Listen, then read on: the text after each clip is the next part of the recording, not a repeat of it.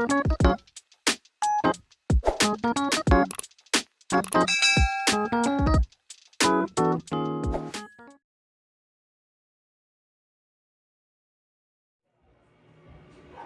mga kapantin! Welcome back sa aming channel. So for today's video po, ang pag-uusapan po natin ay kung paano ba tayo makakakuha ng COR or Certificate of Registration sa BIR para sa ating mga business. So ano nga ba yung mga requirements para makakuha tayo nitong COR? First, kailangan po natin ng DTI, photocopy ng ating DTI, isa lang po. 2 copies of 1901 or yung BIR Form 1901 updated January 2024. So, kailangan po yung gagamitin yung BIR Form na 1901 is updated po siya mga kapantin. So, hindi na po pwedeng gamitin yung 1901 July 2021. So, kailangan po yung updated na. So, 2 copies po nito mga kapantin. So, fill upan nyo na po yun. Lahat ng mga kailangan nyong fill upan. And next po is one valid ID. Isang photocopy lang din with your signatures. Bali, 3 po ang kailangan na signature. So, kapag pina-photocopy nyo po siya, kailangan po back to back. Okay? And, so, yun. Yun lang naman mga kapantin yung mga requirements. Ang next po is magkano nga ba yung magagastos. So, if hindi ka pa nakapag-register sa DTI, pwede kang mag-register via online. So, kung hindi po ako nagkakamali, nagbayad po kami noon ng 500 plus, I think, yun. So depende kasi sa sa kung ano yung scope ng business nyo. Kung online, kung nasa municipality lang.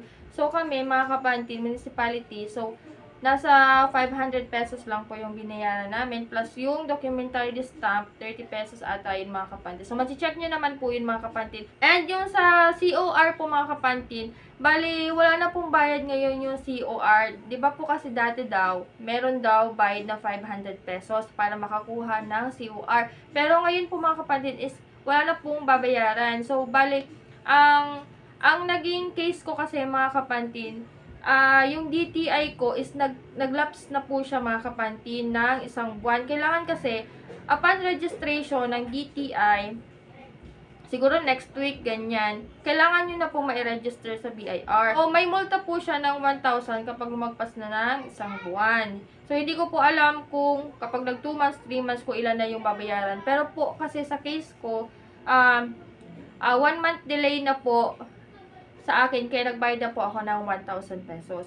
So, bale, ang binayaran ko po sa COR is, yung resibo lang po na 50 pesos at yung documentary stamp. Bale, si BIR po kasi, nag-i-issue na po siya ngayon ng 1 booklet ng resibo. So, yun po ay 50 pesos. Tapos, yung documentary stamp naman po is 15 pesos. So, bali, ang binayaran ko po is 1,065 kasi nga po, meron akong penalty na 1,000 pesos. Pero kung wala naman po akong penalty, ang babayaran ko lang dapat is 65 pesos lang po. Yun lang po mga kapantin. So, gaano ba katagal yung processing ng COR? So, sa case ko naman, mga kapantin, inabot po ako ng 1.5 hours. Yes, matagal daw po kasi talaga yung pagpaprocess ng COR. Kaya, if malayo kayo sa main branch po or main office ng BIR, kailangan pong agahan ninyo, lalo-lalo na po sa mga walk-ins.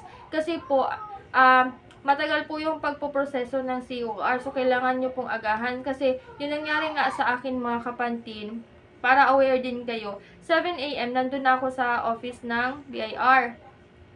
Tapos, pangalawa po ako na dumating. Ngayon, ang nangyari mga kapantin is, nung inaasikaso na po yung number 1, bali, nung natapos na, bigla pong nag-offline. So, yun din po yung problema kapag nagpa-process po ng COR. Kasi, minsan po, nag-offline yung system nila. So, hindi mapaprocess yung COR. Kaya, yung nangyari sa akin, nung turn ko na, biglang nag-offline yung system at naasikaso po ako ng nasa 1:30 na. Kasi nga, natapos nga ako nun mga kapantin kasi loading pa ng loading. 3 PM na po.